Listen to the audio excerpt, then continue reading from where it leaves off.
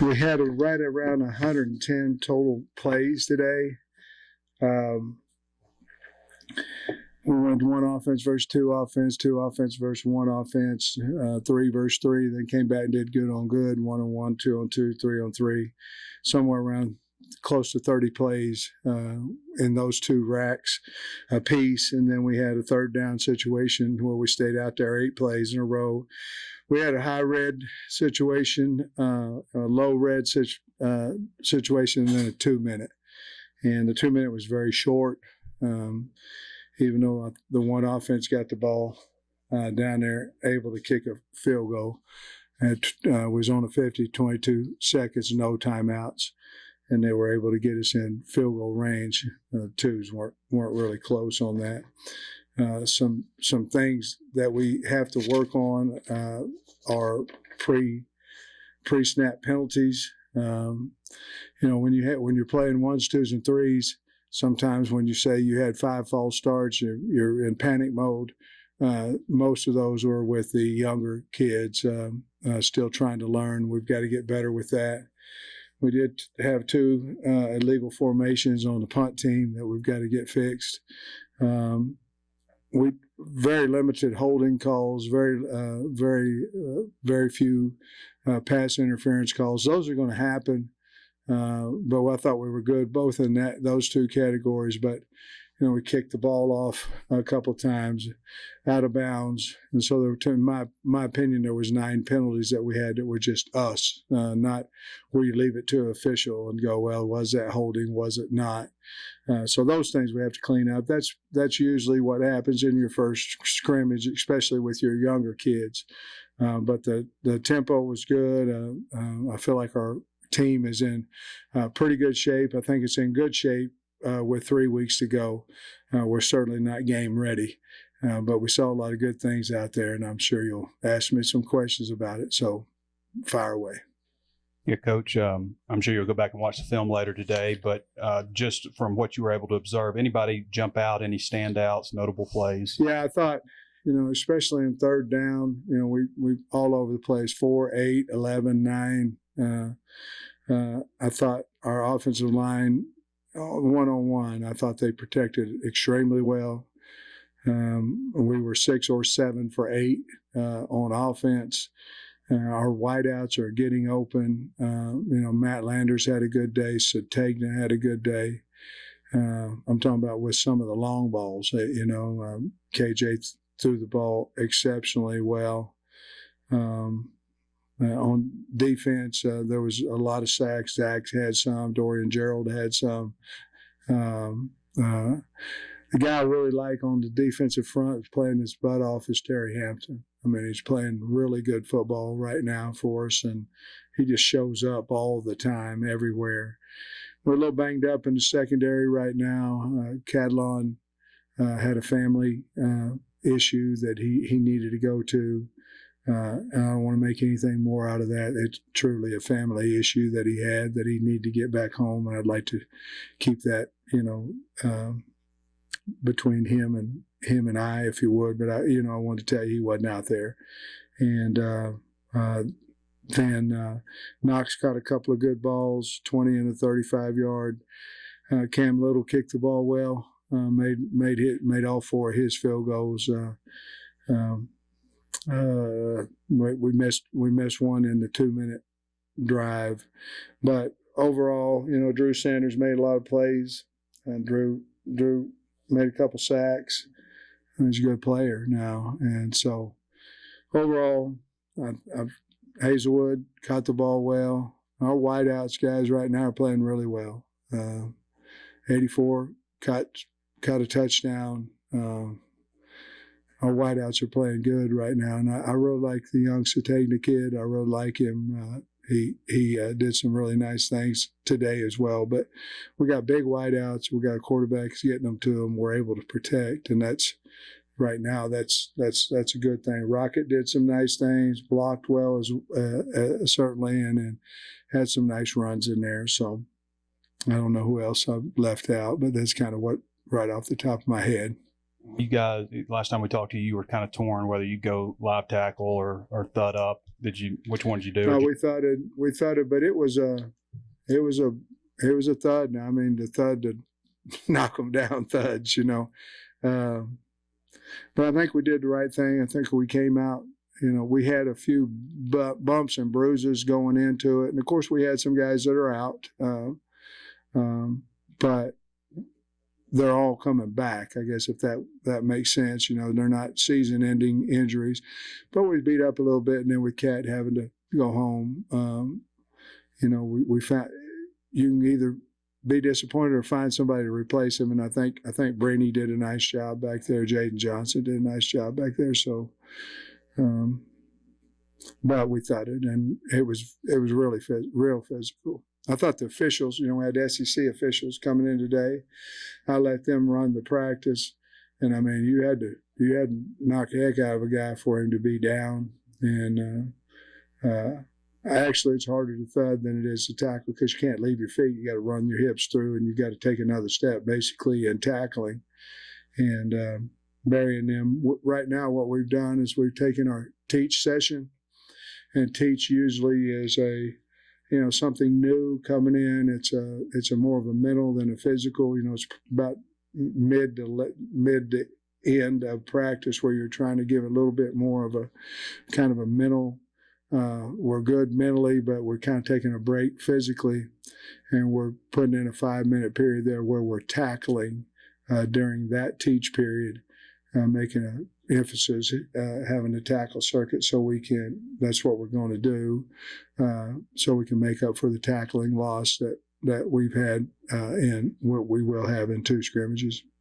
Coach, I mean, any injuries or anybody get hurt out there today, or did you come out pretty good in that regard? Well, you know how it always is. You don't know until, you know, they go see the trainer at the end. But let's say this, we didn't have anybody go out that didn't come back. So, you know, now we had some guys that didn't start, you know, that didn't. We got a few concussion guys, and they're not back yet. But we didn't have anybody that started that you're going, hey, he's not able to come back. You've talked during the summer when we've seen you in spring and a little bit of preseason here about wide receiver, probably the biggest question on the offense. Defensive line on defenses, guys like Matt Landers, Isaiah Sigtagna, and then Terry Hampton. Are those guys weren't here in the spring that have come on that make you feel a lot better about those 2 spots? Yes. I mean, Hazelwood didn't bring to that room in the spring what he's bringing to it now. Part of that, I'm sure he's uncomfortable. He doesn't know the guys, But then you take him and you take Matt Landers, and, you know, and then whatever happened with 84, you know, Warren, whatever's happened with him has been a wonderful thing. And it may be these 2 older guys, along with Keytron, and then now I think you're piecing in Satagna. And I like our young kids too.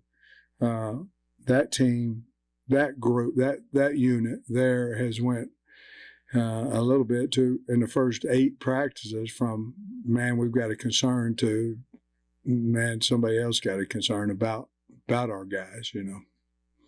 Really pleased. Coach, you mentioned the illegal formation on the punts, a couple of kickoffs out of bounds. I know you don't want penalties at all, but is it good that it's happened now and you can kind of coach them up over the next 3 weeks? Well, it's never good, you know. Look like a fool out there when you got your tackle lined up too deep. But, you know, you're also, again, we got to get it corrected. But, again, you're looking at 3 deep of all those units. You know, we punted twice per unit, 1, 2, 3, you know, 1s, 2s, and 3s punted twice apiece. We kicked 8 field goals plus extra points, and we kicked off 3 times, 1s, 2s, 3. And we were formation twice, and we kicked a couple out of bounds. That's I don't know how concerning that is today, but you know, it's the first scrimmage. That's why you scrimmage. You got to try to make it as much as you can, and the atmosphere of a game. In other words, hey, we're coming off the sideline on the field, and this is it, you know, and maybe a little bit of jitters there. but I'm not overly concerned about it because it hadn't happened at practice. It's just we've got to get it fixed. You're right. It certainly gives us a point of emphasis, to make. You mentioned Brady during the spring. I think it took him a little bit longer to adjust, kind of learning a new position. Do you feel now that he's in the fall, he's starting to really pick up on things a little better? I think he's comfortable. Made some nice plays out there today. I love the kid. He I knew him when I was over at Georgia. But I think a little bit like Hazelwood, where it took him a minute to kind of know the people, and everybody's looking at him. Him because he started over there at Georgia, and for the most part, and they won a national championship. Here comes this guy, and it's not only the way we're looking at him, how he's looking at us, and the same way with Hazelwood, he came in with all these accolades out of high school and all this kind of stuff, and but to their credit, they've done a nice job, and now they're playing with confidence, and the team's done a nice job of accepting them on the football team. Coach Shear said yesterday that he felt like some of these new linebackers came because of players like Grant Morgan and Hayden Henry. So now a few months out from their leaving, and now that you've had these new guys for a while, what kind of impact do you think that those two guys have left? Well, I never thought Hayden Henry got enough credit. I mean, when he was wired, there was one short or two. I mean, he's crazy. I mean, in a good way. I mean, he's fearless. Let's say that. Crazy is the wrong word. He's fearless. 4th and 1, he's going to go in there and somebody's getting hit, him or somebody. I mean, he was at practice yesterday. He was invaluable to our football team. He really was, and Grant was everything as well. He was a little more vocal. I think when Henry talked, they were kind of afraid of him. When Grant talked, it was kind of, we're listening to you, Wonderful kids that loved Arkansas, and they loved the culture that our coaches, brought in here. And they'll be forever, we'll be indebted to them because and then they recruited, they're recruiters as well. So, yeah, they're really good players and better people.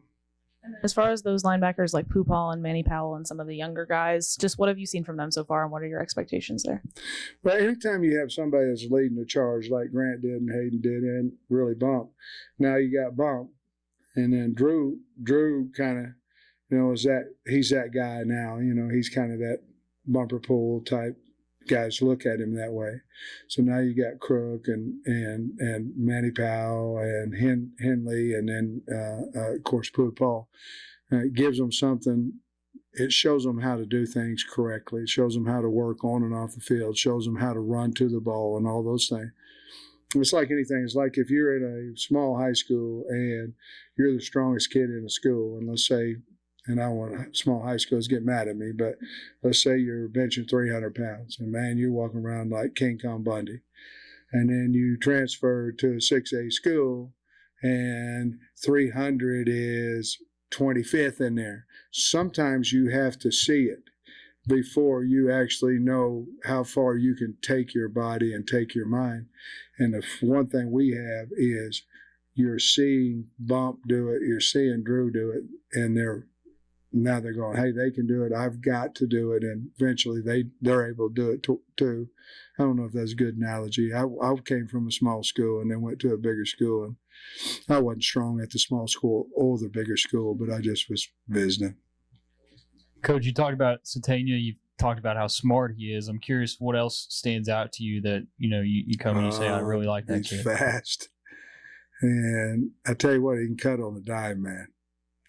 Guy's got great ball skills. And he's just a really good player, Sometimes if you're not the biggest guy, you have to have special skills, and he has them. I mean, he can separate, really good hands.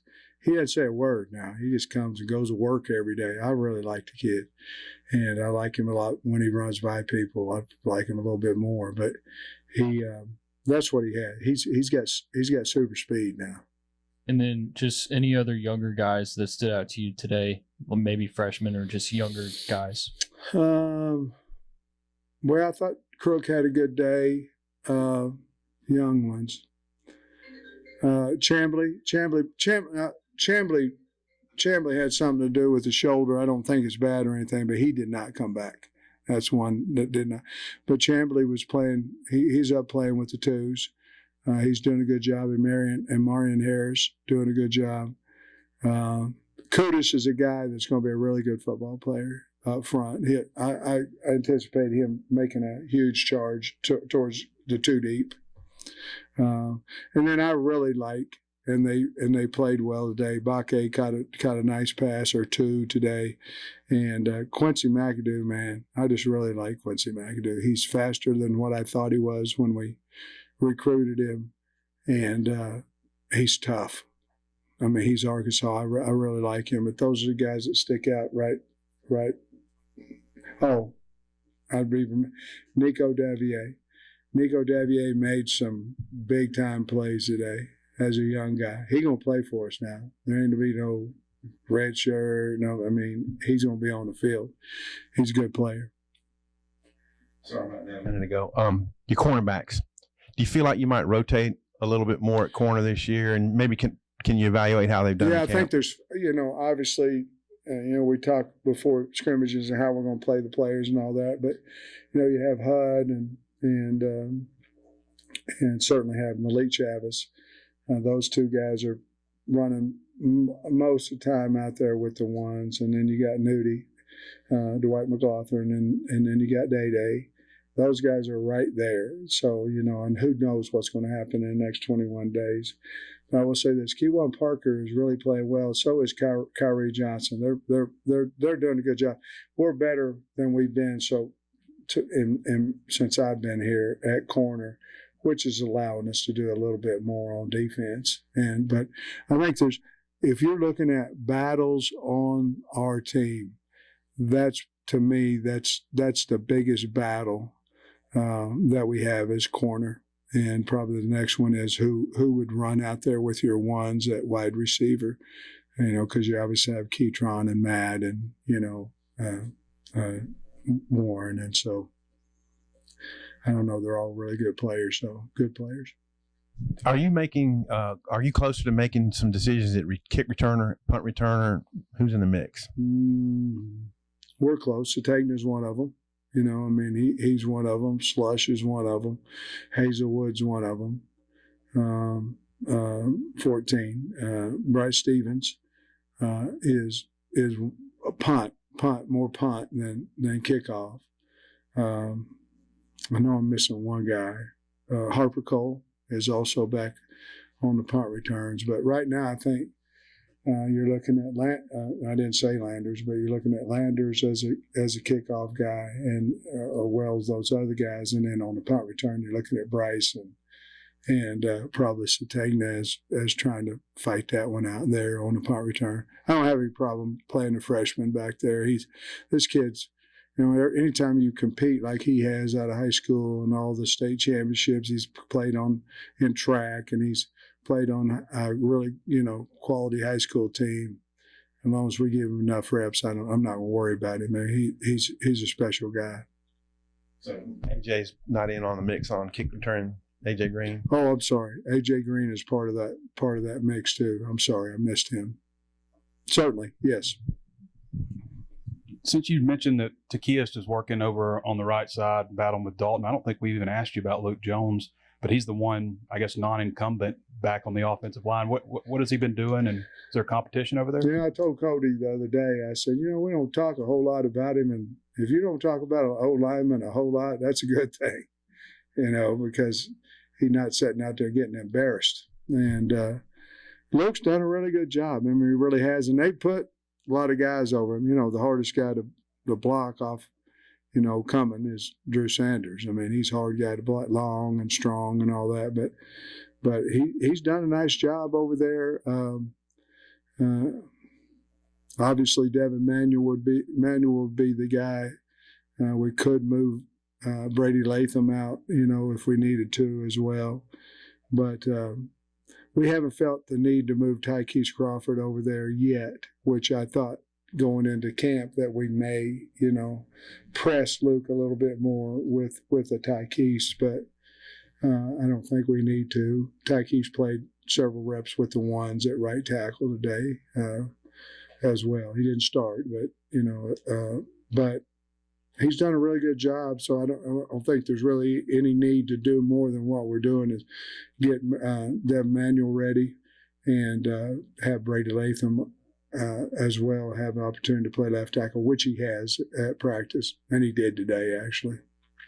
About Malik and Fortin, how those Malik Good battle. Obviously. I mean, it's a good battle. I mean, obviously Malik has so much to offer in speed and all those things, and Malik actually got several reps at wide receiver today as well, which allowed us, to rest him a little bit and put Fortin in there. Fortin played with the twos some, not all. I mean, he didn't start with the twos, but he played some with the twos today and did a nice job. I like Fortin. So there's a battle there of at that spot as well. And like I said before, he allows us to do what we've been doing with Malik. Okay. That was one of my questions about Malik playing wide receiver today. But also, at defensive end, you got Shad Stewart, Zach Williams, and then Dominic and Landon Jackson. How is that race for who starts there? How's that shaping up right now, Coach? Well, as of right now, Stu's playing the best of them, I think. He's gotten bigger, stronger. Zach's played really well as well, but I think Jordan Dominic not Jordan Dominic. Keep messing up. Jordan Dominic. He had a great last 3 or 4 days. He just didn't know how to practice like we like to practice, and I actually put it up in front of the team and said, since 1902, this is the worst D-line rep I've ever seen, Told him I'd went back in the archives from 1902 of every high school, every college. I was mad. But he got the hint, and, man, he came on. Landon Jackson's always had a motor.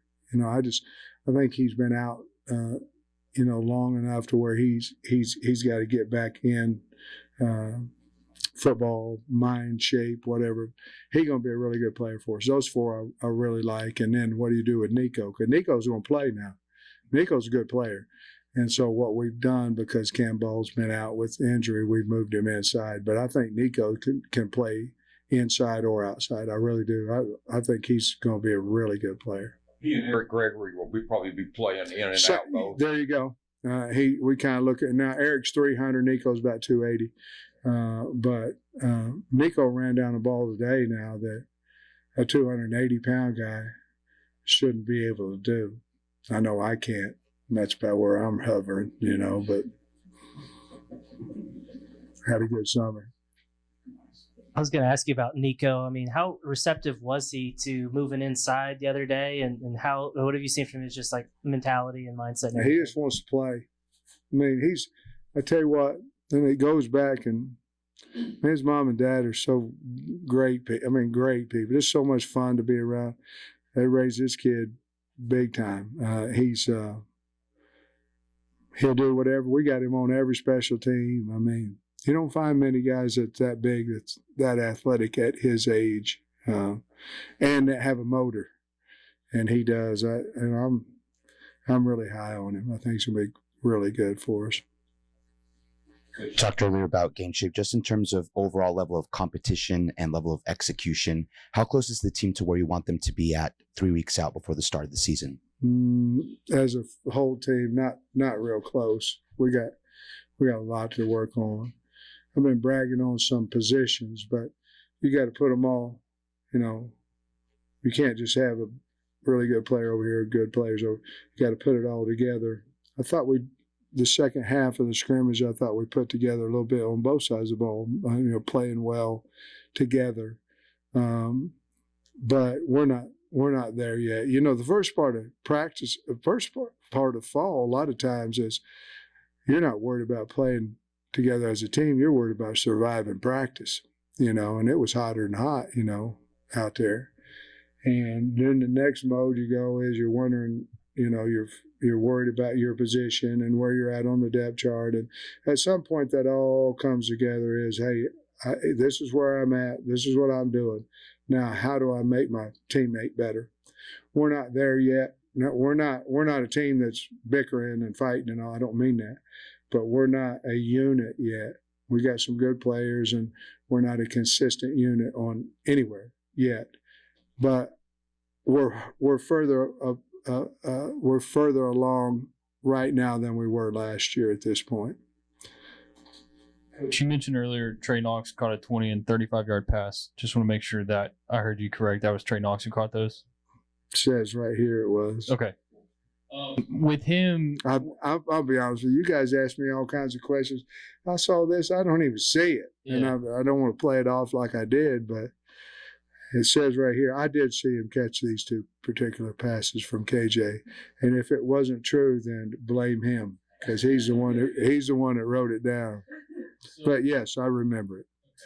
about him as a blocker a couple days ago. As far as him as a pass catcher, he's a great wide receiver as a freshman. How are you liking him there? He's bigger. He's a tight end now. I'm sure you like him now. I think he really gives us something there that nobody could possibly love Blake Kern more than I do. I love him. He just gives us a little bit more of a pass catching guy. Blake Kern was one of the most improved guys, in my opinion, on our team. I mean, I love him to death. But I think Trey gives us everything we would like to have in that tight end position. And he's working his way, trying to get in shape. And as you know, he had a back that was stiff on him and things of that nature. But he's always been a willing blocker. He hadn't always been a great one. And now with his body that he is and working full time at tight end instead of moving him from wide out to tight end has really helped him. I think he'll have some type of a career playing tight end. I really do. I think he's a good player. Yeah, Coach Dorian. He looks a little bit lighter out there too. But what kind of role does he have? I mean, we know his journey with all the injuries. Yeah, Dorian. I actually put him. By the way, I made up with those guys on the 1902 because I found clips during practice when they were hauling it, and I put it back on there. And one of them was Dorian, and because he was on the 1902 team, and so was Jordan.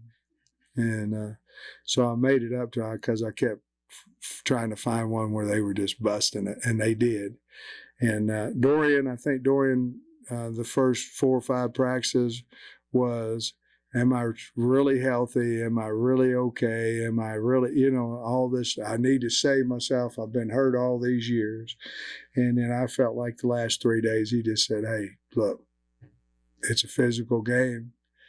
I don't know why I've been hurt before. I feel good now. I'm going to go play. He had 2 or 3 sacks today, and chased the ball well. He's finally, his biggest problem to me his first 5 or 8 days was him up here wondering, I've been injured so much, am I going to stay healthy? And if you don't ever chase the ball and you stand there and all that, you probably stay healthy, but you be really healthy on the sidelines, And he finally figured out he's got to go, and he did. And I love the kid. He's done well last 3 or 4 practices. And last, I don't want you to spoil any surprises or anything you got planned, but is there anything that you got as far as like team building stuff or an outing or a speaker, anything like that? It's amazing. And I see that other coaches doing it all the time on Twitter, and it looks fantastic. That's just not me, I probably should be, Trey. I don't have any plans for that. We had the University of Arkansas police come in, and they had a dog that went up there and started, trying to bite on some people, and had one that there was a explosive, and the dog went over and sniffed it out, That was kind of entertaining. And then I forget what 2 kids put that on there, KJ wasn't one of them, by the way. I can promise you that. And that dog started coming across there. That was kind of exciting. But the rest of I'm terrible at that. I am. I'm horrible at it. I know it. Here, I think the kids a lot of times at night they'd rather go home than have, because you're rolling the dice a lot of times on who's speaking. Are they any good or not, or can they get through to your team? Now, what you're talking about, we did all summer. We had those this summer because I consciously said I don't want to take more of the kids' time with inspirational speakers and all that. We did all that stuff in the summertime, finances, all that kind of stuff. Thanks, Coach.